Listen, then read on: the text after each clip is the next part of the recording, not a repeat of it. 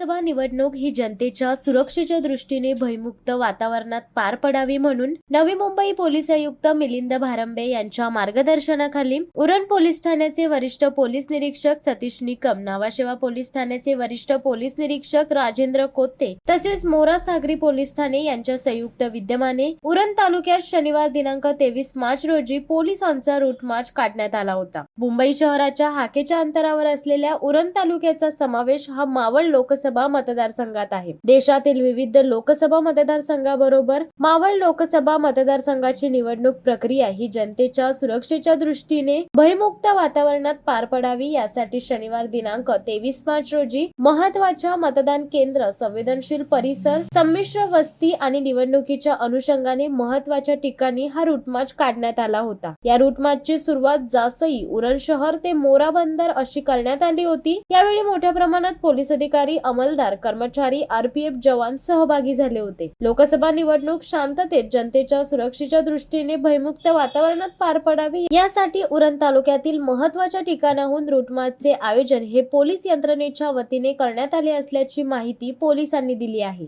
शिवसत्ता टाइम्ससाठी Pravin Patil, Uran.